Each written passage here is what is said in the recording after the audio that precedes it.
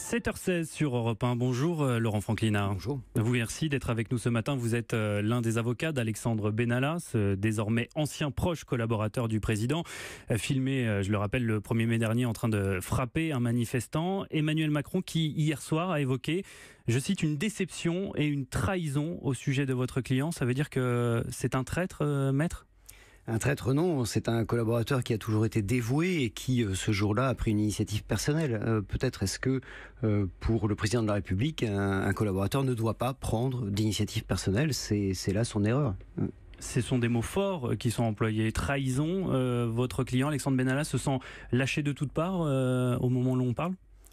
Il reste combatif, il sort de garde à vue, il commence un long périple judiciaire maintenant pour s'expliquer. Il va s'expliquer, à la fois en justice et je pense médiatiquement.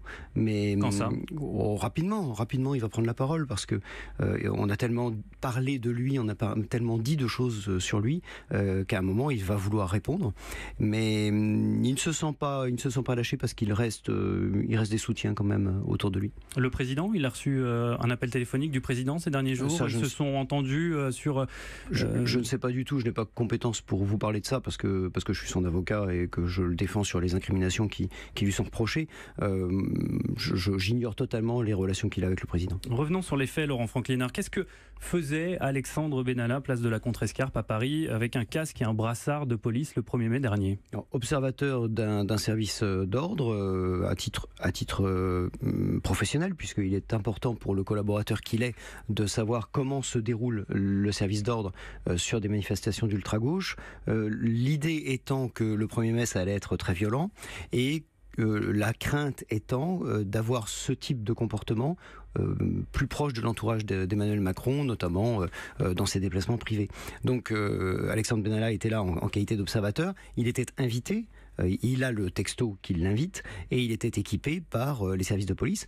Quand un observateur participe à des opérations de police, il est équipé par les services de police de manière à ce que, dans l'esprit du public, on ne se demande pas ce que fait ce clampin civil autour des policiers. De là à avoir un brassard marqué police et une radio et un casque avec l'écusson de la police, il y a une petite différence quand même. Oui, mais tout lui a été remis par... Ça prête à confusion. Mais c'est justement l'idée. C'est quand les journalistes ou les magistrats tournent avec les services de police, ils sont équipés de la même manière. On leur donne un casque de maintien de l'ordre, on leur donne un gilet pare-balles siglé police, on leur donne les insignes de fonction policière, de manière à ce que, pour le public, il n'y ait pas un touriste dans une voiture de police. Mais votre client a fait des études de droit. Il avait bien conscience qu'il avait nullement le droit d'intervenir dans ce cadre en tant qu'observateur. Alors, en tant qu'observateur, il devait évidemment observer. Après, il a son âge, il est jeune, il est 26 ans, il est très actif.